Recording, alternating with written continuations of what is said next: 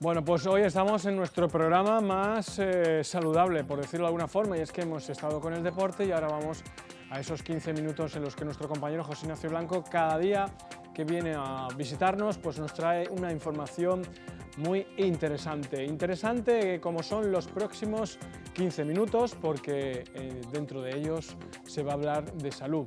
Mucha salud es lo que se va a tocar en el próximo bloque en este programa. Así que le damos la bienvenida a nuestro compañero José Ignacio Blanco y hablemos de salud.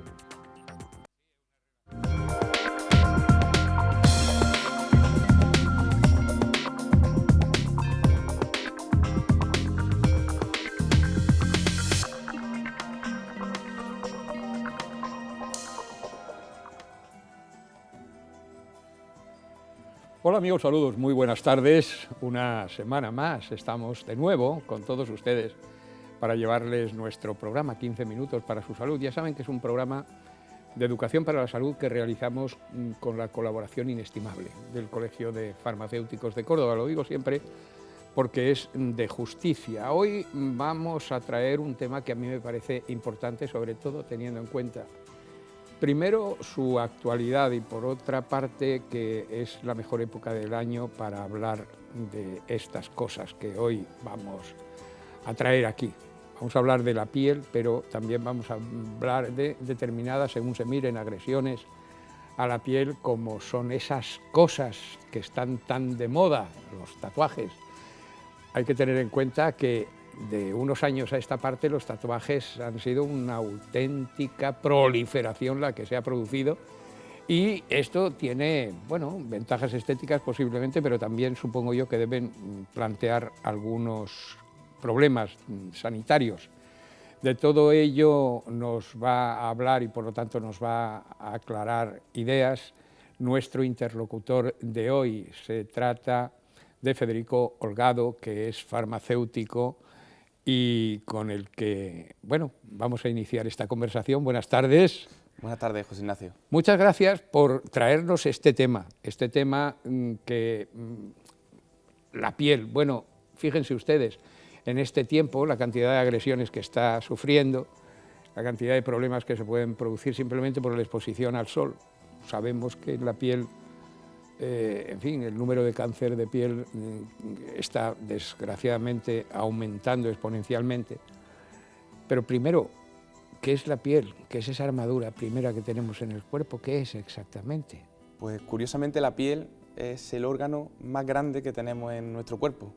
Llega a medir 2 metros cuadrados, lo cual, visto así, es bastante. Sí, Puede pesar hasta 5 kilos en una persona normal. ¡Qué barbaridad! Y contiene hasta 17 metros de tejido circulatorio. ¡Qué barbaridad! O sea, de la irrigación de la piel. La irrigación de la piel entre venas, arterias, etcétera, capilares. No deja de ser un sistema de protección frente al exterior del organismo. Tiene otras funciones como la de regulación de la temperatura corporal, exuda elementos que son de desecho en el sudor. Incluso tenemos una cierta interacción con el medio gracias a la piel. Cuando se nos eriza el vello, otro ser humano lo percibe enseguida. Podríamos definir la piel como una tarta de 3 grandes capas. La capa superior se llama epidermis y son unas células duras que permiten lo que es la barrera impermeable de la piel. Son más duras, se sustituyen con mucha velocidad. Se dice que del orden de 50.000 células por minuto. ¡Qué Es bárbaro! lo que va perdiendo la piel. ¡Qué bárbaro! Perdiendo y reponiendo, perdiendo y reponiendo. Justo por debajo de la epidermis encontramos la dermis, que es donde se encuentran órganos como las glándulas sudoríparas o los capilares del vello. Y ya por último, por debajo, encontramos lo que es la hipodermis, una zona mucho más grasa, tejido más adiposo. Vemos, por lo tanto, que la piel en extensión, en profundidad, etcétera, ya son palabras mayores, nos daba la sensación de pellejillo, pues fíjense ustedes lo grande que puede ser. La fundamental agresión a la piel, bueno, hay varias, ¿no? El sol, las heridas, ¿cómo se maneja? Las heridas son la agresión a la piel que todos conocemos, porque pocas personas pueden decir que no se hayan hecho algo en alguna ocasión. Efectivamente. Una herida no deja de ser una interrupción de ese tejido normal o de la mucosa que pertenece a la piel. Y el mayor riesgo de una herida es que pone en contacto el exterior del organismo con el interior. Claro, puede provocar infecciones, por ejemplo. Hay multitud de posibilidades cuando se nos acontece una herida. Claro. Hay muchos tipos de heridas, desde cortes limpios, como cuando vamos al quirófano, heridas punzantes, que tienen más riesgo, puesto que no podemos ver hasta dónde llega esa profundidad. Claro. Tenemos contusiones, los típicos golpes que nos damos, y el riesgo de la herida, todo depende de intentar que no se infecten. Claro. Desde rubor, inflamación, hasta edema, en caso de infección, y en último se puede producir una sepsis. Que quiere decir que los microorganismos del exterior pueden invadir la sangre, y eso sí es importante, hasta infectarla. Claro.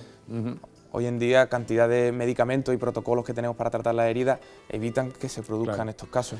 Naturalmente que también puede haber, digamos, heridas crónicas, para entendernos, ¿no? Las que permanecen en la piel prácticamente, vamos, siempre, o casi siempre. Hay un tipo de heridas agudas, como la que hemos comentado, y hay otro tipo de heridas crónicas que las personas que están encamadas conocen, como escaras que ocurren por una presión concreta muy directa durante un tiempo prolongado, de difícil curación, suelen tratarse con apósitos.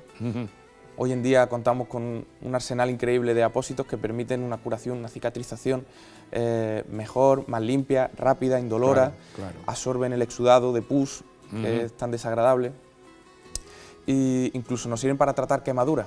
Claro. Un tipo de herida que... Sí, efectivamente, porque es complicada la herida que surge como consecuencia de una quemadura, ¿eh? Hay la etiología, puede llegar a serlo, muy complicada. La etiología de las quemaduras es diversa. Se pueden deber a quemaduras por exposición solar, por una exposición a gases, a una fuente de calor seca, húmeda, radiactivas incluso. Lo importante es separar qué tipo de quemadura estamos hablando. Están de primer grado, de segundo y de tercero. Aquí a ver si podemos por fin concretar cuáles son las más graves y las que menos. Efectivamente. Las de primer grado son siempre las más leves. Normalmente no necesitan una intervención médica. Hay que enfriar la zona y esperar a ver cómo evoluciona. Las de segundo grado pueden ser o muy extensas o menos extensas y más profundas.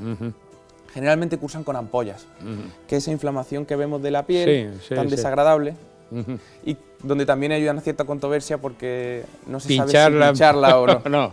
Esto es...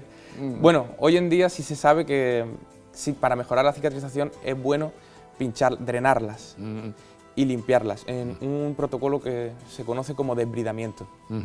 Pero sí es importante que lo realice un sanitario. Efectivamente, que eso lo haga un sanitario, no uno. Claro. No uno en casa con una aguja al rojo vivo. No. Eso puede empeorar bastante la situación. Incluso provocar infecciones. Las personas que están quemadas, sobre todo los grandes quemados, pierden su capacidad de protección frente al medio.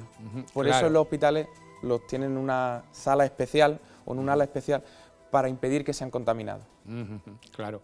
Y hay una cosa que a mí también me parece importante, y es que cuando una persona, es curioso, las quemaduras más profundas y más intensas son justamente las no dolorosas, porque las terminaciones nerviosas se han quemado y por lo tanto no duelen, mientras que una quemadurita superficial puede quemar bastante, o sea, doler bastante, ¿no? Sí, es bastante interesante eso. De hecho, hay una prueba para conocer si una quemadura ha sido profunda o no ha llegado a tanta profundidad, que se llama la prueba del pelo. Consiste en buscar una zona donde quede vello y arrancar el pelo de golpe. Si la persona sufre dolor, esa quemadura no ha llegado a la dermis, porque no ha llegado a arrasar con todos los capilares. Quiere decirse que efectivamente más profunda, menos dolor, pero más grave, como es lógico. Prefiero sentir algo de dolor y que no sea tan grave. Bueno, vamos a pasar al otro tema que habíamos anunciado, que me parece importante, el de los tatuajes. Vaya moda de los tatuajes. que vemos desde futbolistas a cantantes, a actrices. Bueno, moda o como queramos verlo, desde Sí. la momia más antigua que conocemos tiene 5.300 años y ya está tatuada. Bueno, quiero decir que en los últimos años Había se una ha proliferación. incrementado el número de personas tatuadas enormemente, pero vamos, enormemente. Se conoce que desde el Neolítico posiblemente había seres humanos que ya tatuaban su cuerpo, ya lo pigmentaban como señal de estatus, de diferenciación, pero lo de hoy en día es un boom. Sin Hay duda. muchísima gente, que se estima que en Estados Unidos hasta el 24% de la población ya lleva algún tatuaje, Tremendo. ya lleva tinta en su piel. El tatuaje tiene una lectura optimista y positiva y curiosa y lúdica, si se quiere, y otra componente que nos retrotrae a épocas pasadas que en la historia han sido especialmente dramáticas. Me estoy acordando del tatuado de los números de los judíos y personas que habían sido internadas en campos de concentración por los nazis, ¿no? Sí. ¿En qué consiste el tatuaje? ¿Qué es? Un tatuaje no deja de ser una marca, una pigmentación, un color que le damos a la piel. Es una modificación de ese color natural que tiene la piel. Normalmente se realiza mediante agujas Sí. que insertan esos pigmentos coloreados en la capa de la dermis. A veces para hacer un dibujo, en ocasiones son letras, en ocasiones son números, a veces tiene unos fines estéticos y otras veces fines incluso médicos. Hablaremos de los fines médicos porque son importantes. Es cuando el tatuaje está cumpliendo una función que no solamente es puramente estética, sino que es médica. Hablaremos después. Pero naturalmente en la aplicación del tatuaje yo me imagino que se corren algunos riesgos, ¿no? Sí, existen riesgos asociados a los tatuajes. Hoy en día tendemos a minimizarlos, puesto que cada vez vemos más gente tatuada y nos da la sensación de que es algo completamente seguro. Y en las condiciones correctas no debería de haber ningún riesgo. Si bien es cierto que con esta proliferación del tatuaje también proliferan lugares que no cumplen todos los requisitos higiénico-sanitarios que obliga la ley. Claro. Los riesgos más frecuentes, desde una inflamación o una abrasión de la piel, cursan con infecciones derivadas de infecciones bacterianas hasta infecciones víricas, que serían las más graves, como la hepatitis, Caray. el SIDA. Uy. Estamos hablando de enfermedades graves. Si uno está seguro de que al sitio al que acude, al taller de tatuaje, tiene todos los requisitos higiénico-sanitarios que la ley dicta, que el artista de confianza que te va a realizar la intervención usa guantes, material desechable, tiene una máquina de autoclave para esterilizar el material de una vez para otra. Si realmente vamos a hacer un tatuaje, desde mi punto de vista es mejor dudar y preguntarle al profesional que lamentarnos luego. No, sin duda. O sea, de eso no cabe absolutamente ninguna duda. Bueno, hemos decidido hacernos un tatuaje. ¿Qué tenemos que tener en cuenta cuando decimos, venga, me lo voy a hacer? Porque creo que, hombre, es un paso que tiene mucha importancia. Después, si hay que quitarse el tatuaje, va a ser complicado, como veremos. Se puede, pero va a ser complicado. Ahora, por ejemplo, la exmujer de nuestro Antonio, con su nombre en el hombro, pues lo va a tener crudo a la hora de quitárselo, ¿no? Pero bueno, de eso hablaremos después. Antes de hacerse el tatuaje, ¿qué debemos tener en cuenta? Lo más importante antes de hacernos el tatuaje es elegir correctamente el sitio. Si hace falta visitar varios talleres, lo haremos, porque es algo importante. Es una agresión hacia la piel. Estamos inyectando dentro de la piel del orden de 50 veces por segundo un producto externo. Caray. Oye, y no hay rechazo, porque si cuando introducimos en el cuerpo elementos el organismo tiende a rechazarlos, ahí no se produce ese rechazo. Uno de los riesgos asociados a los tatuajes son las posibles alergias, pero es curioso que la mayoría de las alergias ocurren por un rechazo al látex de los guantes del tatuador. Es curioso. No tanto a los pigmentos, puesto que hoy en día todos los pigmentos y las agujas están marcadas y certificadas por la Comunidad Económica Europea. De manera que los tatuajes se hacen con unos pigmentos que son naturales y certificados. Es muy poco probable que el cuerpo tienda a rechazarlos. Y sin embargo al látex, personas alérgicas al látex, pues... Y habrá que preparar, me imagino, la piel previamente a decorarla. ¿Qué paso se sigue? El proceso normal para un tatuaje sería limpiar la zona de la piel, rasurarla en caso de que sea necesario, utilizar una plantilla que el tatuador utiliza para marcar la zona y delinear las líneas, perfilarlas. Veremos cómo el tatuador nos va comentando todo el proceso. Al ser un profesional, él conoce muy bien su profesión, lo que está haciendo. Cuando empieza a usar la máquina, nos comenta o debemos de ver cómo utiliza material desechable, lo abre delante nuestra, las tintas tienen que estar nuevas, por supuesto con una etiqueta que indique que ha pasado un certificado, y en ese momento comienza la acción.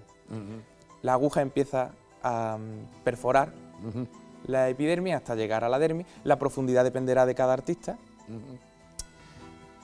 y se delinea por completo el tatuaje. Después se pasa al sombreado con otra aguja que también debe de ser estéril, y por último se hace un limpiado y una curación de esa agresión a la piel. Bueno, ¿podemos distinguir diferentes tipos de tatuajes? Existen diferentes tipos, quizá hay dos grandes grupos, los cosméticos o estéticos, aquellos por ejemplo de personas que quieren perfilarse la ceja o los labios de manera permanente, y en este grupo podríamos englobar algunos que se usan en medicina estética. Personas que han sufrido un cáncer de mama y han perdido su aureola, se le puede reconstruir mediante un dibujo hecho con un tatuaje. Personas que tienen vitíligo y sufren de esa hipopigmentación pueden solucionarlo o por lo menos maquillarlo con el uso de tintas especiales de tatuaje.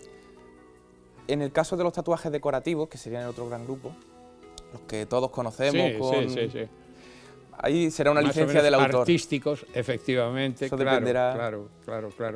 En este grupo quiero comentar en relación a la henna, que todos vemos ahora en verano cuando vamos a los paseos marítimos, a las personas, sobre todo a las niñas llenas de henna, que es un pigmento totalmente natural, que se lleva usando durante mucho tiempo, se saca de una planta que se machaca y que no tiñe la piel de manera permanente, simplemente la capa superficial, el estrato córneo, por lo tanto se va a ir retirando con el tiempo y en la medida en que va la piel modificando, reponiéndose, pues se va a ir. El único riesgo con este tatuaje, y sí me gustaría que estuviéramos atentos a esto, es que se adultera frecuentemente cuando llega a Europa para conseguir un tono más oscuro o que dure más. Hay que estar atentos y en el caso de una agresión a la piel como es este, aunque sea en la capa superior o superficial de la piel, conviene preguntar, controlarlo, claro, efectivamente. Oye, una vez que uno tiene su tatuaje, ¿se dice ahí está y se ha terminado? ¿O necesita, en fin, cuidados especiales, mantenimiento? Justo cuando el artista termina la operación, nos cubre con un plástico para que no manchemos la ropa y porque en ese momento sí que hay unos surcos que atraviesan hasta la dermis. Como la aguja no es muy gruesa, realmente el proceso de cicatrización de esa pequeña herida va a transcurrir en unas pocas de horas. Pero hay que intentar que el tatuaje no pierda su hidratación. No hay que excederse, pero es importante que no lavarlo demasiado con agua, no introducirnos en piscina, evitar la exposición directa al sol por esa parte de la piel e hidratarlo con cremas. Vamos a intentar usar cremas que permitan que la piel transpire con normalidad. Pero eso siempre, es decir, una persona que se ha hecho un tatuaje, por ejemplo, no se debe bañar en la piscina. Durante la primera semana, por supuesto, porque arrugaría la zona y además tiene riesgo de estropear la obra y su piel. Claro. Pero ya después, pasado el tiempo... Sí, podríamos decir que a las 3 semanas la piel está totalmente restaurada. Además es que yo me estoy situando, ¿no? Entonces, bueno, pues a la hora de ducharse es muy difícil no mojar la parte que uno se ha tatuado, sea la que sea, ¿no? Hay que limpiar la zona, hay que limpiarla y con jabón neutro, sin frotar. Pero a la hora de secar, este tema es más peligroso, no se usa una toalla como normalmente cuando salimos de la ducha, sino que ponemos un papel y presionamos firme pero suave y retiramos el exceso de agua. Entendido. Una vez que se ha secado la zona es cuando podemos aplicar una crema hidratante. Es decir, no Nunca frotar. Nunca frotar, efectivamente. Bueno, yo tengo aquí una anotación extraordinaria que usted me ha aportado y que me permite recordar aquello que no tengo en la cabeza. Claro, una cosa que sí tengo en la cabeza es, imaginémonos que la persona que se ha tatuado quiere quitarse el tatuaje, a veces porque no le gusta lo que allí le pusieron y en otras porque, por ejemplo, la Melanie Griffith y Antonio Banderas, con el Antonio ahí colocado dentro de un corazón, pues se han separado, se han divorciado, en fin. Si decidiera eliminar de su brazo a Antonio como lo ha eliminado de su corazón, pues ¿lo tiene complicado o no es demasiado complicado? Bueno, si finalmente no hay reconciliación y no claro. encuentra otro Antonio con que suplir la baja, yo le recomendaría el uso de nuevas técnicas para eliminación de tatuajes. Todos conocemos el láser, hace mucho tiempo que se utiliza, y el láser se dedica a destruir el pigmento que hay bajo la epidermis, el pigmento que forma el tatuaje, y dejarlo en trozos muy pequeños. Esos trozos diminutos, el sistema linfático de nuestro propio cuerpo se va a encargar de recogerlos, absorberlos y eliminarlos. Si bien es cierto que es doloroso, se necesitan muchas sesiones, no todos los pigmentos salen por igual y es realmente costoso. Hoy en día se han desarrollado nuevas técnicas, en concreto recuerdo una que se llama Skinial, ya se ha introducido en España, creo que en Madrid hay algunos talleres de tatuaje que permiten esta reducción. Consiste en un nuevo tatuaje, esta vez de ácido láctico, sobre el anterior. Este ácido láctico, al igual que el láser, destruye los pequeños pigmentos que teníamos en la piel, con la particularidad de que esta vez el pigmento no es absorbido por el cuerpo, sino que el sistema inmune de nuestro organismo lo detecta como algo extraño y lo rechaza. Se forma una pequeña costra que se retira sin ninguna dificultad y son necesarias bastante menos sesiones, nada de dolor. Ah, pues esto es importantísimo. Esperemos que Melanie nos escuche. Efectivamente, no, ya tendrá sus asesores, no cabe la menor duda. Hasta aquí vamos a tener hoy la oportunidad de dialogar con un hombre, con Federico, que nos ha explicado de qué manera, bien clarísimo, lo que son los tatuajes. Yo me entero de cantidad de cosas. Siempre me ha sorprendido eso del tatuaje y el avance que ha tenido nuestro tiempo. Muchísimas gracias por habernos acompañado, de verdad. A ustedes siempre. Y a ustedes, amigos telespectadores, pues muchísimas gracias también por su atención. Volvemos con ustedes en la próxima semana. Hasta entonces, procuren ser felices, buenas tardes y reciban el saludo de José Ignacio Blanco. Hasta la semana que viene.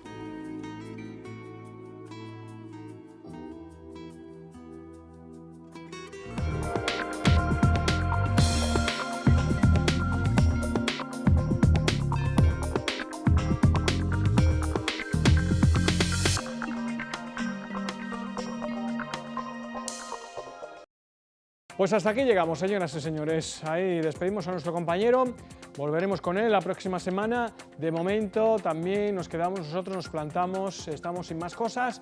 Por lo tanto, ¿qué debemos de hacer? Despedir el programa y emplazarles e invitarles al programa de mañana jueves. Mañana ya será jueves, ya saben, vamos a continuar con este calor, con estos 38-39 grados que tendremos mañana sobre la capital cordobesa y prácticamente en toda la provincia. Y bueno, no pasen mucha calor, estén en el lugar más fresquito posible y nos encontramos como siempre a la misma hora, a las 6 de la tarde. Hasta mañana.